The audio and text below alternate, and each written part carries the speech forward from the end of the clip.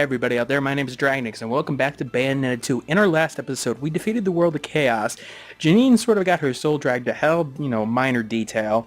And now we are going to try to get her back. So this will be the third attempt on this. Let's not talk about the first two attempts. They didn't go so well in terms of recording. New audio, trying to do new audio settings, trying to get people's feedback and trying to understand where everybody is. It can go wrong at times. And then having to play through that first level a couple of times because I want to show you guys the secrets, of course, and everything that I ran into. And, of course, if I've already gotten in and go back to the level, that's not going to show me. Mountain of the joint's supposed to be the link between Inferno and Paradiso. They say there is an entrance to Inferno, the gates of hell. Somewhere on this mountain. No one knows where, though. Hell, no one even knows if it's true or not. No one knows. Rock is worshipped like some god in the first place. Is that no one's ever been able to get close to it is pretty. It's like it don't want you there. And why do you want to go there? Up stranded or worse. And don't even try to fly a plane near that place or bada boom! But at least your soul doesn't have a long walk to whichever afterlife you got. Don't fly a plane. So what are we doing? We're flying a goddamn plane. At the foot of the mountain. Just hurry up with whatever it is you gotta do and get back there, alright? Again, I don't get the controversy. I mean, I know I understand the controversy. I mean, this guy is way too Boston. I mean, they really couldn't have done it any more than they tried. That didn't make absolutely any sense. Well, that's awkward. That's a little bit awkward. I'm assuming that it's a trap. I didn't know the in-flight service was exclusive to fat Italians. Renting the plane ain't free, you know. That reminds me, you owe Alex the kid for the charter. Whoa, But okay, we get a title screen now. That's interesting. I've already seen this for the third time, so I'm gonna try to be like I've seen it for the first time and remember what I said. That's Fimblebit. That's Fimbo. Such a bad place when you look at it. Oh, but you gotta have a death wish to get close to that damn place if you ask me. Gives me the heebie-jeebies. Yeah, it looks nice, but it's giving me the heebie-jeebies. What the hell? Where did these clouds come from? So is she controlling the plane with just her feet or something? Is he actually driving the plane? Well, you'll find out that he's not. Sorry, Enzo.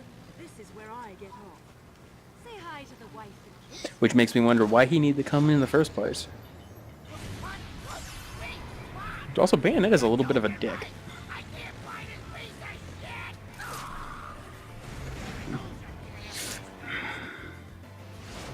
How is he still alive?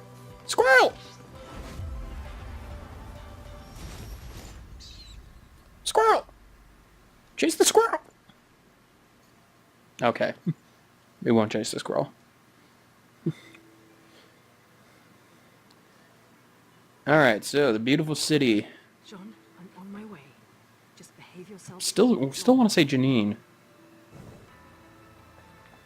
Alright, so we are in between worlds here. So you'll notice that all the humans have this, ghost-like appeal. Well, that's because we're between worlds. We're in Purgatorio. Between the human world and the other worlds. So let's get some of this treasure here to start off with, because whenever I leave a treasure around, I leave it on a dock in the middle of places. Also, one of the things I am not a fan of is, okay, so we have this panther within to run places. Now, I don't understand why you have to, hit forward on the stick and hit ZR twice. Most games have gotten this down, just hold the stick down and go forward. I mean, and then after a period of time, break into a run. Don't know why that was necessary. Now it's great that, you know, you can get it started out right away. I guess that's possible. But it just seems like the number of times that you'll need to break out into a sprint like that, I find low. Oh, no, I didn't notice I can go in here. Actually, did not notice the first time I could actually go underwater here in this section. So we're going to go looking and seeing if we can find anything. We're not going to jump off there because that's just silly. Nothing over here. Is there anything over in that area? It doesn't look like it. Oh, wait, no, yeah, there is. God, it's so slow. And you can't change to a panther underwater. You can do this little flip, though. 1, 2, 3, do you... Like, after the 5th one, you just decide? Alright, so... Good thing on the 3rd playthrough, I'm finding things still. So, yeah, some rings. Can't hurt. Alright, so... Early impressions of this level when I started playing it, you know, okay, first impressions are alright, but it's a weird way for me to start this game, and you'll find out why in a second. Am I destroying it? You know, no fruit sales. I need all the rings. We'll be right back after I destroy all this. Now, it does make me question, why are they running, right? I mean, does it destroy it in their world, too? I don't remember the rules of these worlds. Alright, so... Is there anything over here? No, just barrels. Oh, well. Some Mangora root. Alright, so, from what I remember... First of all, this is like the worst... This is the smallest lake or like fountain area. Like, look how much water there is. There's like literally... I don't think it would even get above your feet. So that's silly, first of all. Second of all, I know down here there is a treasure chest, which has our first part of a demon heart. Oh, demon heart. Broken witch heart. Do you? You'd think I'd get this right by now after doing this recording so long. So get 4 broken witch hearts parts, and you will make a witch heart, and thus you will be able to get more life, which is going to be essential in these bigger playthroughs. Okay, what am I doing? Okay, so we're going to go over to here. Now, one of the things I've been debating while playing through this is that you get these little story segments and these fragments, as you will. And so it's a question of, do we want to read it or not? I'm going to read one for these next couple episodes and ask you guys if you want to read through them. If you want to hear my voice or not. I'm assuming not. But this one's a little bit important, so I'm going to start with this one. Have you ever heard of gates that connect worlds? It might sound like strange fiction, but the truth is these gates exist all over the world we live in. The gate that connects the 3 worlds and makes the foundation of our own is relatively well known. So if you're reading this, I'll just go ahead and assume you know of it. However, there are stories of doors that lead to the secret layers of the supernatural. And I've got a great source who just gave me the information I need to bring things to light. I can't reveal who my source is, but according to them, there is a gateway that leads to a primordial world cut off from the flow of time. A place called Muspelheim. The place is full of demons, angels, witches, and sages, who spend their days pursuing nothing other than battle. This limitless world disregards the wounds and deaths of yesterday, always breathing life into the warriors so that they may live to fight another day. You know those stories about some guy who just suddenly disappears, is gone for months, then reappears out of thin air as if nothing ever happened. There's a large probability that guy accidentally stepped in Muspelheim and somehow found his way back. I know it's a job of a journalist to explore and uncover the truth behind rumors like these. But as far as traveling to other dimensions in a state of endless war, I think I'm good for now. I'm having way too much fun with that, even if it makes absolutely no sense whatsoever, and if I pronounce things horribly wrong. Like, I think that's not Mustafa Helm, it's Mustafa Heim, but then again, I'm not very good at diction. So Mustafa Helm. What you do in Mustafa Helm is that you get a little challenge, and I'll try to show you guys the challenges that are the more interesting and avoid the ones that are not, or maybe cut portions of them out. But for this first one, obviously, I want to show off what's going on. Okay. Now you also notice that the health is completely different. Like usually it's like one whole bar, and now it's these little segments. So it's a little bit strange, but all right. So I defeated it with 10 seconds left. That's pretty good.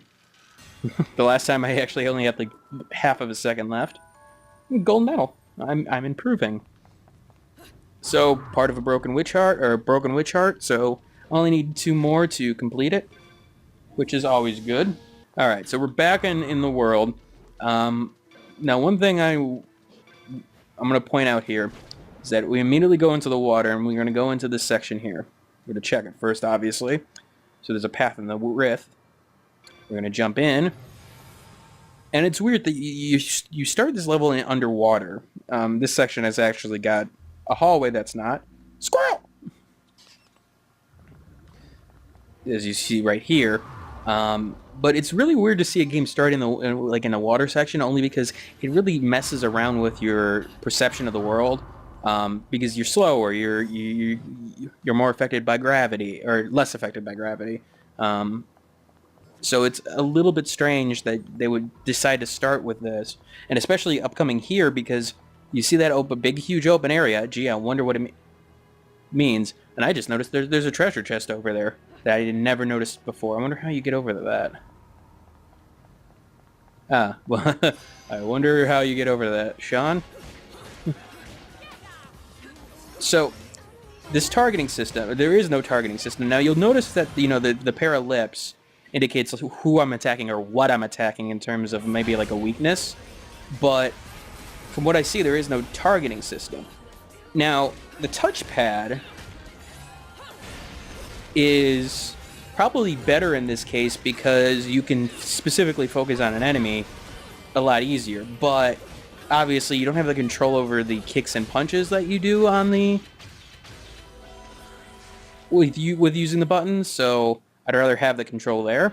But it's interesting. I don't remember if there's a lock-on system in Bayonetta 1. Ooh, platinum. Sweet. Oh god. Water platforming. My favorite.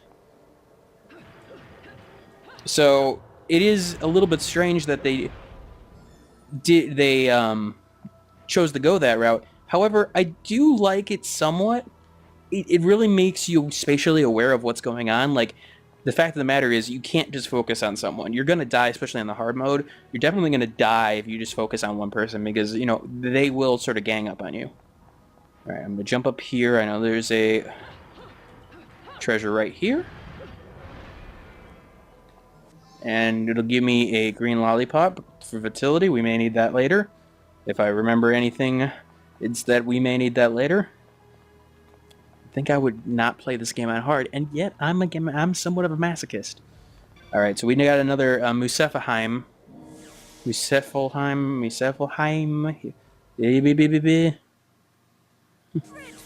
Alright, so this one, if I remember correctly, I believe this is the...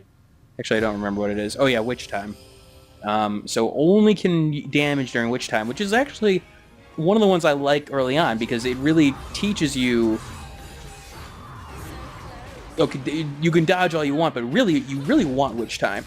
This is your bread and butter. This is your... So I can just dodge all day. Now, granted, I gotta dodge correctly, and not just dodge at the right time, but dodge in the right direction, too, because enemies are still attacking, and you're not universally immune to them. They've got some interrupts going on. All right. I think that's it. So, again. I like games that sort of give you that mechanic early on. Like, hey, here's a mechanic. Let's reinforce it. Let's make sure that you understand that this is important. And we also got a broken moon pearl. So we collect every 2 of these. You get another one of those magic units, which you can do more attacks with. I'm actually not sure. Like you can do the torture attacks, of course. You can set yourself into climax mode, but there's also seems to be like a sort of like a strong attack area of it, like pulling out your guns and like really doing damage with it. And it seems to be activated sort of randomly from what I see. All right, so we did that. I don't think there's anything else, but you know what?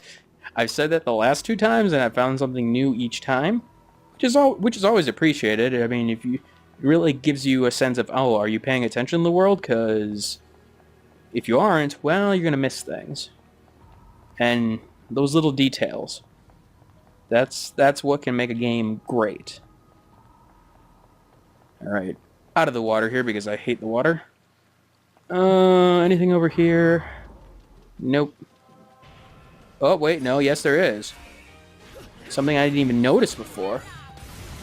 This is an optional fight, so just note that, and note that if you're getting your ass kicked, note that this is an optional fight.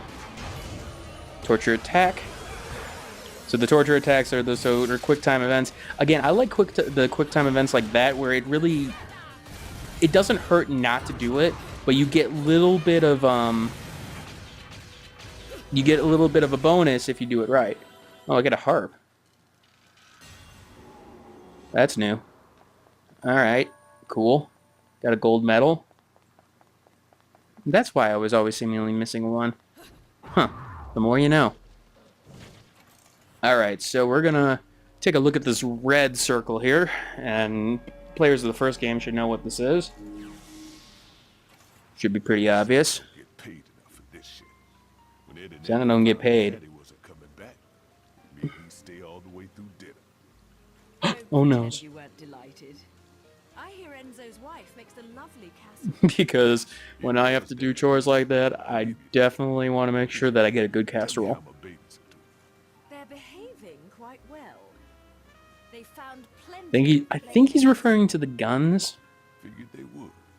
Noah Toon had some deep connections with Thimbleventer and the Gates of Hell back in the Again, I don't remember much from find a few of those playmates. the original Bayonetta. I didn't beat it. I did play it, but obviously you can tell that I don't remember much. Also, Sonic rings. And if anybody tells me that it's not a Sonic ring, I will fight you over it, because that's a Sonic ring. And this game does have Sega in it. The Sega is one of the producers. So don't tell me that the Bayonetta is it. Oh my god, Bayonetta's in the same world as Sonic the Hedgehog. Please don't do anything with that, internet. Please, for the love of God, don't do anything with that. Alright, so we're going to go into the store here. And this episode may seem meh. Not a lot has happened so far. 1, 2, 3. Alright, so we're gonna visit a shop here. Just to see, introduce ourselves to the shop, the Gates of Hell. Welcome to the Gates of Hell. We've lit our prices on fire, so there won't be hell to pay. I don't know what to make of the cutscene. Like, I like the style of it. However, I admit it would be an easy way of being lazy. But I sort of like the way they're presenting it. Alright, so accessories, we can't buy anything. Weapons, there aren't any yet. Items. Now, I can buy another witch heart, and health is always appreciated. Now, I could buy a technique too, but I haven't really gotten used to any of the new techniques in terms of like needing them. The afterburner kick is nice, but I'd rather have the heart. I rather would have the health. Just because. So that I'm prepared, like I said, I'm prepared for anything. So, we're going to buy that and leave. Because, I mean, that heart is just beating all the time. So what do you do to the heart to get more health? Dreadful.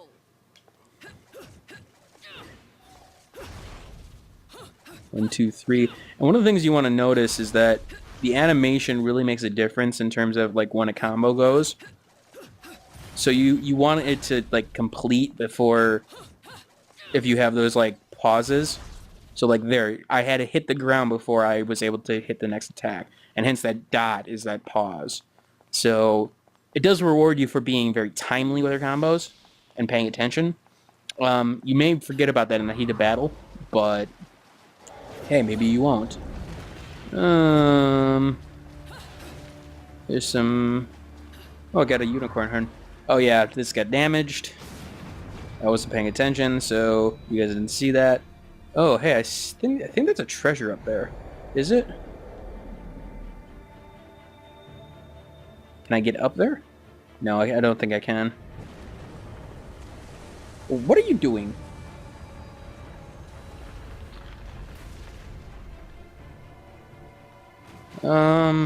Actually, it looks like there's a little alcove right there. Nope. Of course not. I'm now secret hunting after being like finding like 4 things that I didn't see the first time around. How does not anyone not notice this? Even in Purgatorio. Alright, so I think there's nothing over here. I think we can just... No, we can't even destroy this bench. So we're just gonna go into this area. Is there anything down there? No.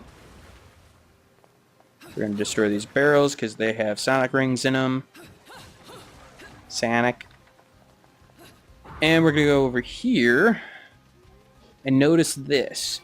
So this is a sort of a chest that needs to be reconstructed. It's a resting place. And so what we're gonna do is we're gonna collect the parts of the treasure chest, because we are pirates.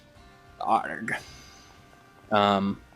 Which of course, like, the first piece is like right over the water, and as I mentioned, water. Yeah, water levels this early when you're trying to get used to controls and getting used to the game, and this seems like a bad idea. Like, what? There's a reason why water levels or like ice levels are never the start of a game, and that's because you're trying to get used to the physics. You're trying to get used to the world. You only introduce them later on when it makes sense, where like to push the player out of his comfort zone, to say, hey, you know, I know you've gotten used to this, but now we're going to throw this at you.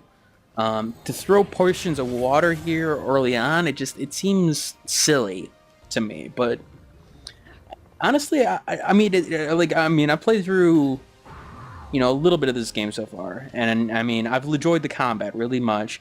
The story, okay, you know, it's Bayonetta.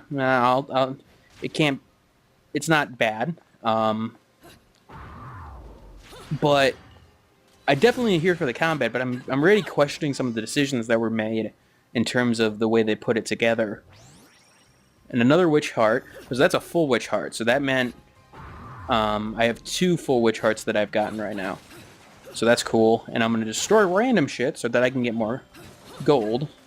And by gold, I mean sonic rings. And by sonic rings, I mean halos. And by halos, I mean Master Chief. No. I'm going to stop that right there. These people are just sort of hanging out. Taking in the city. You got another treasure chest over here. So take note of that if you're gonna play through this as well eventually. This has a testament, which whoever rings this bell will be blessed with wealth. I don't know what that does. I'm assuming that means like either like you get more health or wealth in terms of like enemies you kill give you more halos, or maybe it just drops a bunch of halos. I'm assuming the first one only because if it wasn't, it sort of then is silly to punish you for that if you use an item during the stage. Like, okay, well, here's some rings, but if you use an item during the stage, you get, you know, a little portion taken off. You don't get that bonus. And we're going to go right into a cutscene here.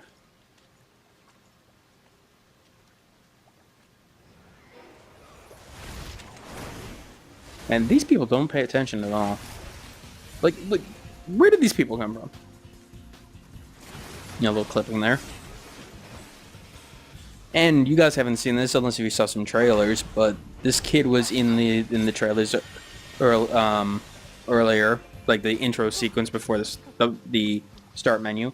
And look at that! Haven't we seen that before? These punches don't know when to quit. What I ever do with them? Brad Maynard, Ray Guy. NFL joke there. Going with punters.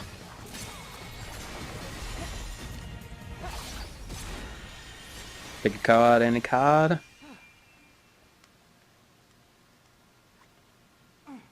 Shite. I'm never gonna reach Fimbulventer at this rate. Well, at least it won't be a boring trip. Golf clap. Huh? You could see me. You're putting on quite a show, little magician. Oh, you like that, huh? Wait till you see the climax. You didn't notice a gun in her hand? I mean... Oh, yes. She saved you. You'll have to Now, why can't one bullet kill things when Bayonetta does it? When I'm in control of Bayonetta? Who the hell are you? I'm just an innocent little girl lost in Wonderland, suffering at the hands of the Queen's trumped-up troops. Hit one, huh? Enough riddles. The Queen of Hearts. Because we're both in Purgatorio, you see.